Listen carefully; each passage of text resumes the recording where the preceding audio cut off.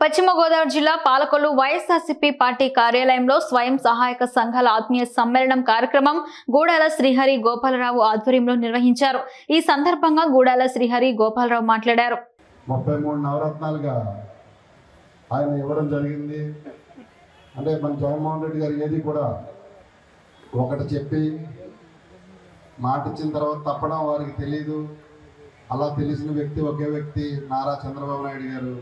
ఆ రోజు డ్వాక్రా రుణమాఫీ చేస్తామమ్మా, మీరు లోన్లు కట్టొద్దని చెప్పి మీది డిఫాల్ట్ అయిపోయే పరిస్థితి తెచ్చిన చంద్రబాబు నాయుడు గారు ఇక్కడ మాట ఇచ్చిన ప్రకారంగా మీకు 4 విడతల్లో రుణమాఫీ చేసిన వైఎస్ జగన్మోహన్ రెడ్డి గారు మీరు ప్రతి ఒక్కరూ అక్కచెల్లెమ్మలందరూ గమనించాలి. ఆ ప్రభుత్వం ఎలా చేసింది, జగనన్న ఎలా చేశారు అనేది మీరు గమనించి వచ్చే ఎన్నికల్లో మరొక అవకాశం జగన్మోహన్ రెడ్డి గారికి ఇవ్వాలని మిమ్మల్ని అందరినీ నేను రిక్వెస్ట్గా అడుగుతున్నాను. అలాగే నాకు ఒక ఛాన్స్ ఇస్తే పాలకొల్లు పట్టణాన్ని ఒక అభివృద్ధి పదంలో ముందుకు దూసుకెళ్తానని మీ అందరికీ సభాముఖంగా తెలియపరుస్తున్నాను.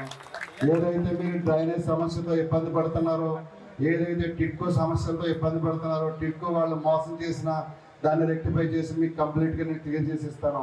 రేపు మే నెల లోపల మొత్తం మీకు కంప్లీట్ చేసి ప్రతి ఒక్కరికి ఇళ్ళన్నీ అందజేస్తానని మీకు అందరికీ అక్కచెల్లెమ్మలందరికీ నేను తెలియపరుస్తున్నాను. ఇప్పుడు నేను ఆల్రెడీ లైన్లోకి వెళ్ళినప్పుడు చాలామంది అక్కచెల్లెలు అడిగారు. అక్కడ ఉన్న ప్రాబ్లం మీకు అందరికీ తెలిసిందే.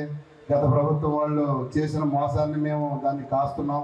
దాన్ని ఖచ్చితంగా క్లియర్ చేసి ఎవరు చేసిన తప్పైనా కానీ మేము క్లియర్ చేసి మీకు అప్పచెప్తామని చెప్పేసి సభాముఖంగా తెలియపరుస్తున్నాను. అలాగే రేపు వచ్చే ఎన్నికల్లో నాకు ఒక అవకాశం ఇచ్చి, అలాగే నాకు జగన్మోహన్ రెడ్డి గారు సీఎం కావాలన్నా, నేను ఇక్కడ ఎమ్మెల్యే కావాలన్నా మళ్ళా ప్యాన్ గుర్తు మీద ఒక బటన్ నొక్కాలి. అలాగే నర్సాపురం పార్లమెంట్కి కూడా ఒక బటన్ నొక్కాలి. 2 బటన్లు నొక్కి మీ రుణం మీరు తీర్చుకోండి. మీరు చేసిన దానికి మీకు విధేయుడిగా పనిచేసి ఖచ్చితంగా మీకు సేవ చేసుకుంటానని మా అక్క చెల్లెమ్మలందరికీ ప్రత్యేకంగా ప్రతి ఒక్కరికి పేరు పేరున నా హృదయపూర్వక ధన్యవాదాలు తెలియజేసుకున్నాను. అమ్మ, మీరు మనస్ఫూర్తిగా వింటున్నారు, మనస్ఫూర్తిగా ఓటేయాలని చెప్పేసి మీ అందరికీ 2 చేతులు జోడించి మరీ రిక్వెస్ట్ చేసి అడుగుతున్నానమ్మా. ఇదే ఎన్నిసార్లు మాట్లాడినా ఒకే ఒక్క మాట, ఆ మాట ఒక్క మాటగా మాట్లాడుతున్నాను. ప్రతి ఒక్కరికి నా 2 చేతులు జోడించి అడుగుతున్నాను. నన్ను ఓటేసి ఆశీర్వదించి నన్ను ఎమ్మెల్యేగా గెలిపించాలని ప్రతి ఒక్కరిని కోరి ప్రార్థిస్తున్నాను.